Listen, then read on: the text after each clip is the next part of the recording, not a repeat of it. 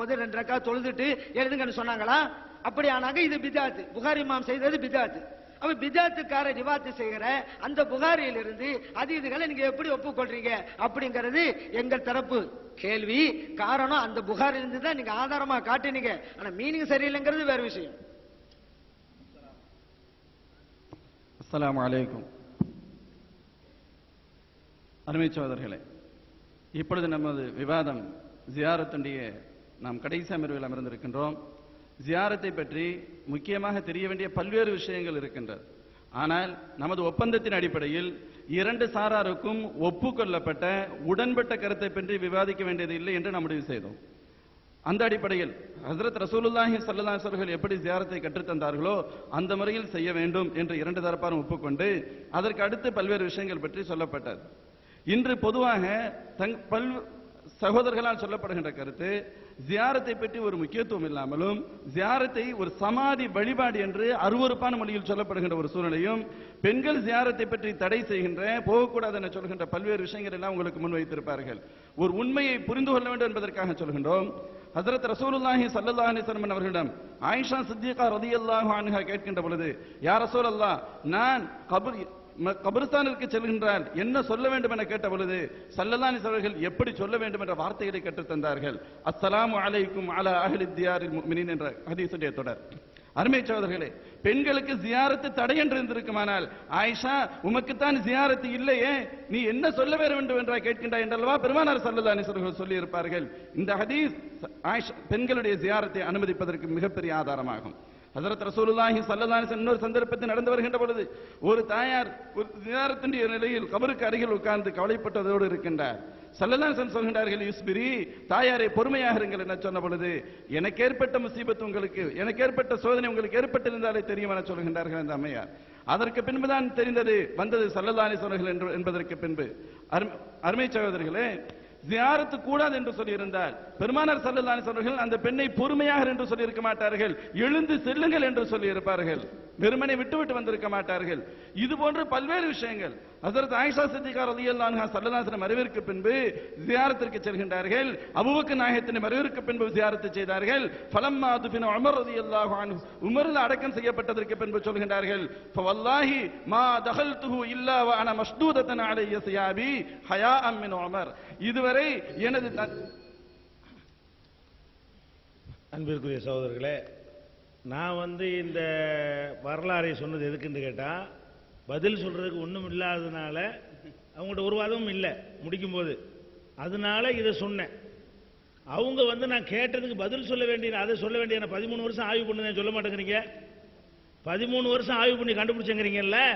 என்ன கேள்வி கேட்டோம்?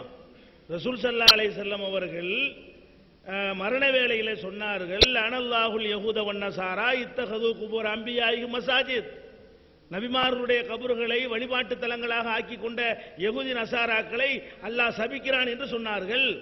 இதை எடுத்து நாங்கள் வைத்தோம். அப்ப யஹூதி நசாராக்கள் தான் நபிமார்கள் தான் சிறந்த நல்லடியார்கள். அவங்களுக்கு வழிபாட்டு தலத்தை எழுப்புனாங்க, அது லானத்துக்கு உரியது என்று நாங்கள் சொன்னோம். அதுக்கு என்ன பதில் சொன்னார்கள்? மஸ்ஜித் என்ற வார்த்தை எங்க வருகிறது, ஒரு அவுலியாவை வச்சு அந்த இடத்துல மஸ்ஜித் கட்டக்கூடாது, அதான் அதுக்கு அர்த்தம் என்று சொன்னார்கள். அந்த அர்த்தம் இல்லை என்பதை சந்தேகத்துக்கு இடமில்லாத வகையில் நம்ம நிரூபிச்சோம். எப்படி நிரூபிச்சோம்? நீங்க அந்த மஸ்ஜிதுங்கிறது மஸ்ஜித் அர்த்தம் சொல்லணுங்கிறீங்களா? சரி, யஹூதி நசாராவும் இப்ப நம்ம கட்டுற மாதிரி மஸ்ஜிதியா கட்டினா, யஹூதி நசாரா கட்டினது தான் மஸ்ஜிதுங்கிறாங்க. கபருக்கு கட்டின கட்டடம் இருக்குது, அதைத்தான் மஸ்ஜிது பள்ளிவாசல் என்ற வார்த்தையை கொண்டு சொல்லுகிறார்கள். பல இடங்களில் மஸ்ஜிதுக்கு பள்ளிவாசல் அர்த்தம் இருக்கிறது. சில இடங்களில் மஸ்ஜிதுக்கு ஒவ்வொருவருடைய வழிபாட்டு தலத்தையும் குறிக்கும். அப்ப யஹூதி நசாராக்கள் நபிமாருடைய கபரை வழிபாட்டு தலமாக ஆக்கி அதையே மஸ்ஜிதாக வழிபாட்டு தலமாக ஆக்கினார்கள் என்றுதான் அதுக்கு அர்த்தமே தவிர, யஹூதிகள் நசாராக்கள் நபிமாருடைய கபரை வச்சு அதுல இப்ப இகாமத்து சொல்லி பாங்கு சொல்லி ஒழு செஞ்சு சஃபுல் நின்று தொழுதாங்களா? அந்த மஸ்ஜிதை அவங்க கட்டினாங்க. அவங்க எதை கட்டினாங்களோ அதுதான் மஸ்ஜித்னு சொல்றாங்க. அந்த பதிலுக்கு ஒரு பதிலை கொடுத்தோம். இதுவரைக்கும் அதுக்கு பதில் இல்லை, இதுவரைக்கும் ஒரு ரிப்ளை இல்லை. ஏன் 13 வருஷம் படிச்சதுல இருந்து எடுத்து போட வேண்டியதானே? அப்புறம் என்ன கேட்டோம்? அபிசீனியாவில் ஒரு அழகான ஆலயத்தை பார்த்துவிட்டு உம்மு ஹபீபாவும் உம்மு சலமாவும் நபிகள் நாயகம் ஸல்லல்லாஹு அலைஹி வஸல்லம் அவர்களிடத்தில் அந்த ஆலயத்தின் அழகை வர்ணிக்கிறார்கள். அப்ப நபிகள் நாயகம் சொன்னார்கள், உலாயிக்க இதா மாத்த ஃபீஹிம் ரஜுலு சாலிஹு பனவலா கப்ரிஹி மஸ்ஜிதா வ ஸவரு பிஹி தில்க சூர உலாயிக்க ஷிராருல் ஹல்கி இந்தல்லாஹி யௌமல் கியாமா. அவர்கள் யார் தெரியுமா? அந்த ஆலயத்தை எழுப்பின ஆளுக்கு ஒரு நல்ல மனுஷன் ஒருத்தன் அவங்கள்ட்ட இருந்து மௌத்தா போய் விட்டால் அவன் கபரின் மீது கட்டடத்தை கட்டுறாங்க, அவங்க தான் அல்லாஹ்வுடைய படைப்பிலேயே மகா கெட்டவர்கள் சொன்னாங்க. நபிமார்களுக்கும் கட்டக்கூடாது என்று ஆதாரம் காட்டினோம், நல்லடியாரு கட்டக்கூடாது என்று காட்டினோம், பதில காணாம். அதே மாதிரி நபிகள் நாயகம் ஸல்லல்லாஹு அலைஹி வஸல்லம் அவர்கள் கபரின் மீது கட்டடம் கட்டுவதை தடுத்தார்கள் என்று ஹதீஸ் இருக்குது என்று எடுத்து போட்டோம், அதுக்கும் பதில காணாம். 3 ஹதீசுகளை வைத்து தர்கா கட்டக்கூடாது, தர்கா இருந்தா தானே தர்காவுக்கு ஜியாரத்துக்கு பண்ற பேச்சே வரும். தர்காவை பினிஷ் பண்ணிட்டோம்னா அப்புறம் ஏன் தர்காவுக்கு ஜியாரத்து பண்ற அடுத்த நிலைக்கு நீங்க போறீங்க? தர்காவை இருந்தா தானே தர்காவை ஜியாரத்து பண்ணலாம். இப்ப தர்கா கூடாது என்பது தெள்ள தெளிவாக ஹதீஸ்ல இருக்குன்னு சொன்னா இருந்தா ஒத்துக்கிறேன்னு, இல்ல நீங்க 13 வருஷம் ஆராய்ச்சி பண்ணி வேற விஷயத்தை கண்டுபிடிச்சிருந்தீங்கன்னு சொன்னா எடுத்து அடுக்கடுக்கு அள்ளி போட வேண்டியதான பயான் பண்ணிட்டு இருக்கிறீங்க. தேவையில்லாத விஷயங்களை சொல்றீங்க. தர்ஜுமாவுல என்ன இருக்கு தெரியுமாங்கிறீங்க, அதான் தலைப்பு. தர்ஜுமாவை பத்தி விவாதிக்க வர்றாங்க, வாங்க. நீங்க வச்சிருக்கிற அம்புட்டு தர்ஜுமாவையும் கொண்டு வாங்க. ஏன் தர்ஜுமாவையும் கொண்டு வர்றேன்? விவாதிக்குவோமா? புட்டு புட்டு வைக்குவோமா? நீங்க தர்ஜுமாவுல என்னென்னலாம் பண்ணிருக்கீங்க நீங்கள் அங்கீகரித்திருக்க எந்த தர்ஜுமாவையாவது குறிப்பிடுங்கள். அந்த தர்ஜுமாவை இந்த தர்ஜுமாவை வச்சு பேசுவோமா? அதான் தலைப்பு. எதுக்கு நாங்கள் விவாதிக்க தயார்? ஏற்றுக்கொண்ட தலைப்புல விவாதிக்கணும்.